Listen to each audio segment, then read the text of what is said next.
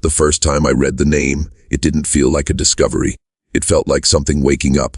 In the dim corner of an archive room in Virginia, where the air tastes like dust and forgotten sorrow, there was a box with no catalog number, no date, no claim of ownership.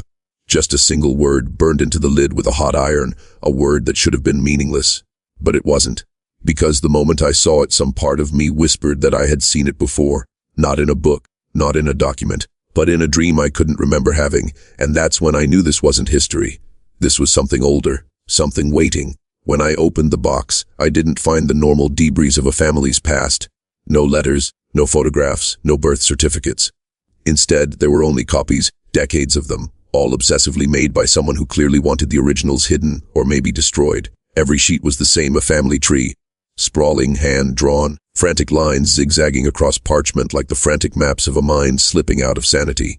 At first glance, it looked incomplete, but then I realized it wasn't incomplete. It was collapsing inward, generation by generation, converging on a single bloodline with branches that never spread like they should, branches that curled back toward each other, as if the family had been folding in on itself for centuries, trapping something inside. The more I read, the heavier the room felt, like the temperature had dropped even without the AC running. And the names, God, the names.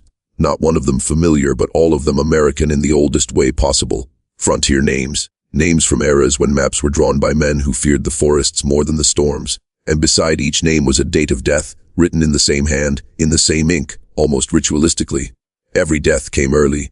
Every death came strangely. Sudden fever. Unexplained disappearance, found drowned in shallow water, found frozen in mild weather. Each generation ended the same way, abruptly, violently, quietly erased before reaching 40. And then I found the note, scribbled on the back of the final tree. Just 7 words. Born into a curse. Bound until broken. I didn't know then whose bloodline this was.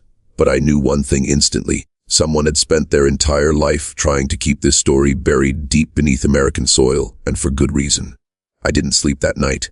Not because I was afraid, but because something in those papers felt unfinished, like the story wasn't over and I was already tangled in it. At sunrise, I drove to the county office referenced in a faint watermark on one of the copies. You wouldn't notice it unless you held the paper up to the light. A small circular seal from a courthouse long shut down, swallowed by budget cuts and bureaucratic decay. When I arrived, the building looked like it had been abandoned for decades. But the door wasn't locked. And when I stepped inside, it felt like walking into a place that remembered things it wished it didn't. Inside, a single clerk sat at a metal desk that looked older than he was. Gray hair, stiff posture, the kind of man who had spent a lifetime watching records get ignored. When I showed him the family tree, something changed in his face. Not surprise, recognition. Like he had hoped he'd never see it again. He didn't ask where I found it. He didn't ask why I was looking. He just sighed, a quiet breath that carried years of reluctance, and walked me to a back storage room with a slow, deliberate pace, as if every step was a step deeper into a story he wished would stay forgotten. He opened a drawer labeled ARCHIVC, Rastrichiti, and inside were more boxes, each one stamped with the same burned-in word I had seen before. He wouldn't touch them, he told me, almost whispering, that this family, this bloodline, wasn't talked about for a reason, that every town has its secrets, but some secrets belonged to the land itself. And then he said something that chilled me more than anything written in those papers. They weren't unlucky. They were hunted. I asked by who or what, but he just shook his head. He said the family came here in the early 1700s, settling on land they never should have claimed. Land that had a story long before Europeans ever touched it. Land marked by warnings they didn't understand. The curse didn't start with them, he said. It began with a promise broken, a boundary crossed, a silence shattered. And once the bloodline was marked, it didn't matter where they ran. America is wide, but not wide enough to outrun something older than the nation itself. Before I left, the clerk gave me one final box, smaller, wrapped in twine, sealed with a stamp I didn't recognize. He said it was the last piece anyone ever found. And he said if I really wanted to understand the curse, I needed to open it. But not here. I drove 2 states over before I opened the box. I don't know why. Maybe distance felt like protection, even if it was an illusion. I checked into a roadside motel, one of those places where the wallpaper is older than the guests and the air smells faintly of mold and regrets. I placed the box on the bed, sat across from it, and just stared. It wasn't fear holding me back. It was the sense that whatever was inside wasn't meant to be opened by someone who could still walk away unchanged. But curiosity is a quiet predator. It waits, and eventually it wins. The twine snapped with less effort than I expected, like it had given up resisting years ago. Inside was a single leather-bound journal, the edges cracked, the cover worn by hands that held it through storms, migrations, and maybe worse. The first page was dated 1734. The handwriting shook like the writer was either freezing or terrified. He described arriving in the new world with hope, with ambition, with the belief that land was something you could earn through sweat and prayer. But on the 7th page, the tone shifted. He wrote about the first night on their new land, how the forest didn't sound right. No insects, no wind, no animal calls, just a low hum he felt more than heard, vibrating through the soil like the earth itself was warning them to turn back. They didn't listen. He described finding symbols carved into the trees, not tribal markings, not anything he recognized from Europe. These were older spirals within spirals, sharp angles intersecting like traps designed to catch something that shouldn't be let loose. His children had nightmares immediately, waking up screaming about a figure standing at the edge of the tree line, just watching. They said its face wasn't a face at all, just the shape of a face, like something trying to imitate a human without understanding what humans looked like. The father wrote that he dismissed it as fear of the unfamiliar, the way new lands can twist the imagination. But then the livestock began to die. Not ripped apart, not poisoned, just empty. No blood, no struggle, just lifeless bodies, their eyes wide, staring at something no one else could see. Then the journal reached the first death in the family, his wife, healthy one day, gone the next, with no mark on her body. The local preacher refused to bury her on the property. He said the land had already claimed her, and the final lines of that entry, they lingered with me far longer than I'd like to admit. I do not believe we found this land. I believe it found us, and it wants us back. As I read on, I felt the same pressure building behind my eyes that I felt in the archive room. Like something in this story wasn't just being discovered, it was being remembered. I kept reading, even though every instinct in me said to close the journal and walk away. But there's a point in every story, especially the ones written in fear, where you stop being a reader and start becoming a witness. And once you cross that line, you don't get to pretend you didn't see what you saw. The next entries were shorter, more frantic, as if the man was writing only in stolen moments, hiding the journal from the same thing he feared was watching his family. He wrote about how the nights grew quieter, unnaturally so, until silence became a presence of its own. Something thick, watchful, almost sentient. The children refused to sleep indoors. They begged him not to make them close their eyes, because whenever they did, they heard the same whisper, always the same voice, speaking their names from just behind the walls. And every morning, when they woke, their beds had been dragged an inch closer to the window facing the forest.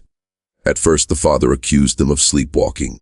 Then one night he stayed awake, sitting in a corner with a rifle watching. And he wrote that he saw it happen. The bed sliding across the floorboards without a single hand touching it, as if the darkness itself had crept in and taken hold.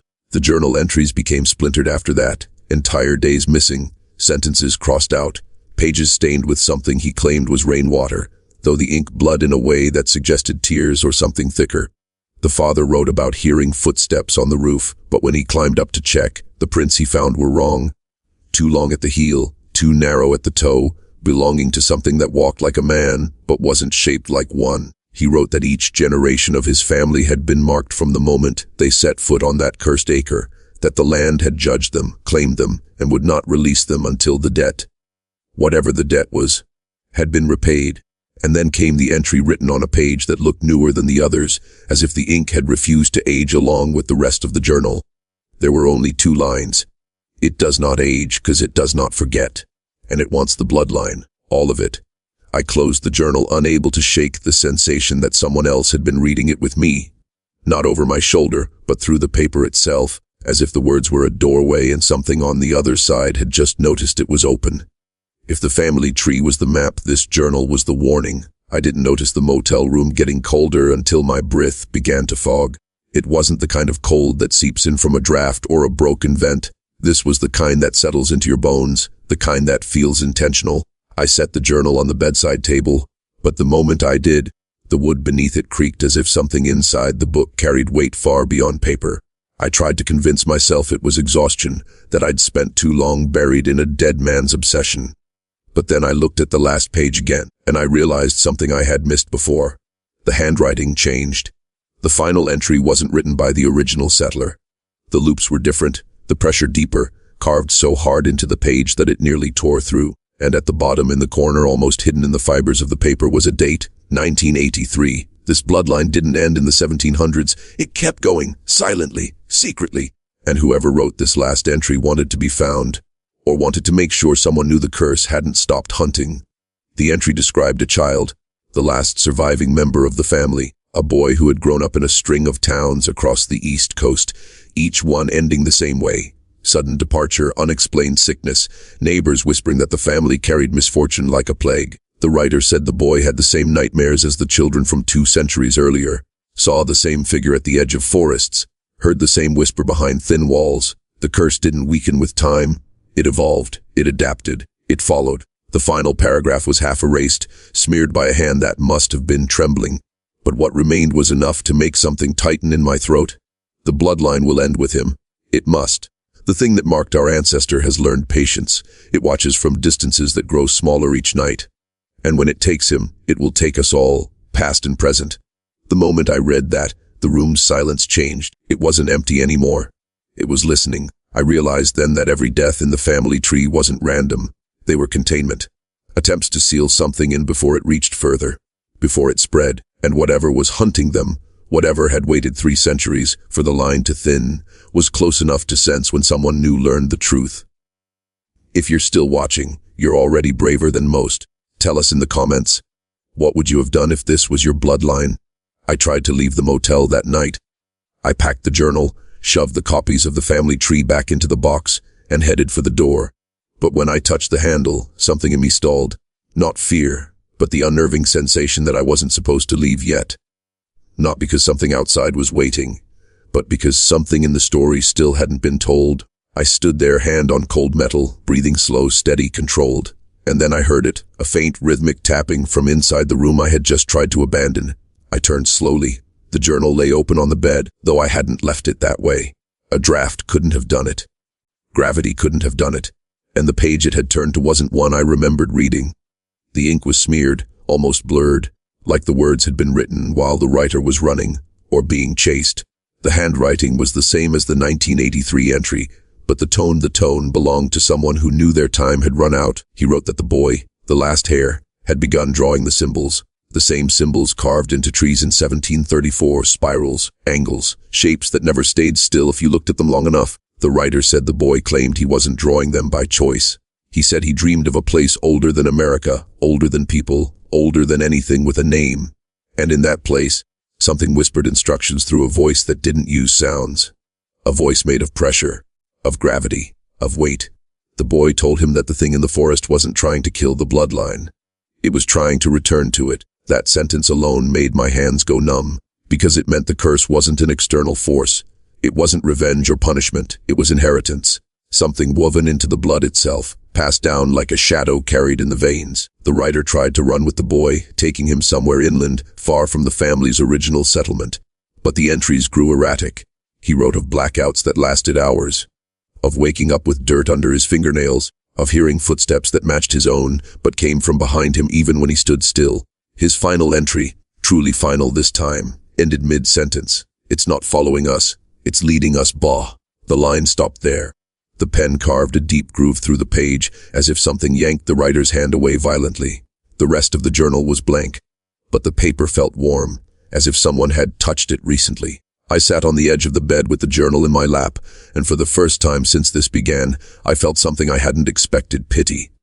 Not for the settler, not for the boy, but for the thing that had bound itself to this family, because curses don't appear out of nowhere. They're born from wounds, from betrayals, from something that once had a purpose long before anyone remembered what that purpose was. And as I pieced together the scraps of history, the missing branches of the family tree, the frantic warnings left behind like breadcrumbs, a terrible realization surfaced. The curse wasn't a punishment, it was a calling. Buried beneath 3 centuries of silence, beneath America's wars and migrations, beneath the noise of modern life, was a single truth no one had ever spoken out loud.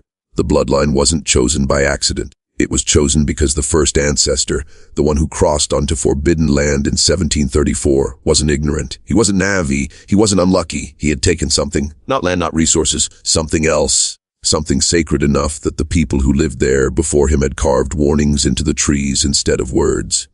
Something powerful enough that the forest itself had learned to speak through silence. And whatever he stole, Whatever he carried away into the new world fused itself into his blood, rooting there, waiting for a descendant who could bring it home. Every death in the family wasn't the curse taking lives. It was the land trying to reclaim what was stolen.